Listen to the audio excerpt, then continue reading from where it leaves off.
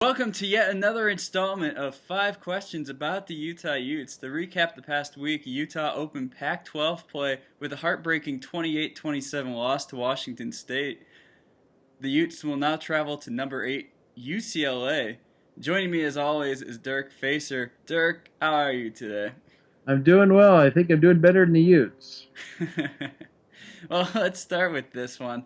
It was such a demoralizing loss on Saturday. Now, how are the Utes handling it now? Now it's been a couple of days later. I think they're rolling with the punches. They realize in the Pac-12 that every game's a big one, and they simply have to learn from it and move on. And that's kind of the attitude they're taking. UCLA presents a huge challenge, obviously.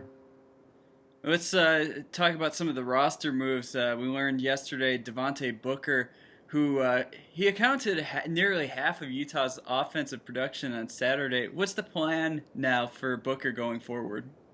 Well, there's no longer a 1 and 1A between Booker and Bubba Poole. Booker is the starting running back, and he'll get most of the carries against UCLA, and he's earned that. He's pulling away from the pack, and when camp started, Bubba Poole and Trey McCormick and Devontae Booker were all kind of locked in a 1-2-3 battle, but Booker's pulling away from the pack. He had that nice touchdown run against Wazoo, and he's the man right now, and it's his job until somebody takes it away from him or he becomes unproductive.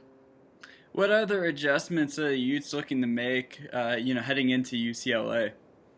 I think that the big adjustment simply is to get that game from Washington State out of their heads and look forward to UCLA. UCLA has so many skill position players and so much talent, so much depth that Utah really has to have a short-term memory and realize what went wrong against Washington State, fix and correct that, but move on and raise their game to another level because UCLA presents so many challenges. I think other moves that they're going to make. They're talking about maybe getting Kendall Thompson a few more series, and obviously Drez Anderson coming up with 0 receptions against Washington State. It's just not acceptable.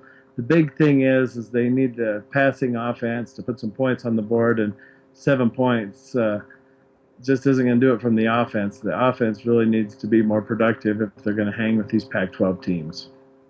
The Utes missed safety Tevin Carter dearly last week. What is the status for him this week?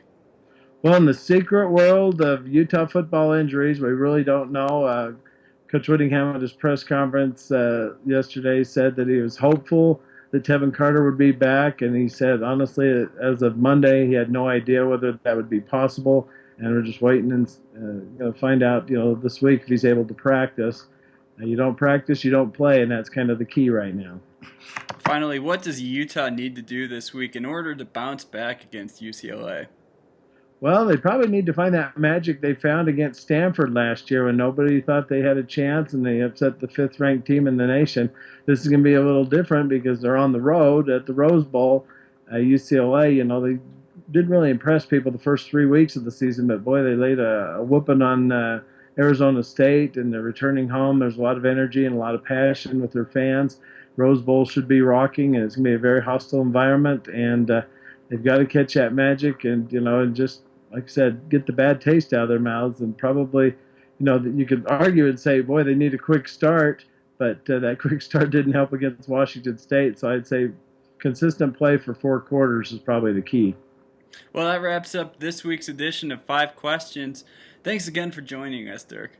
You're welcome. See you next week.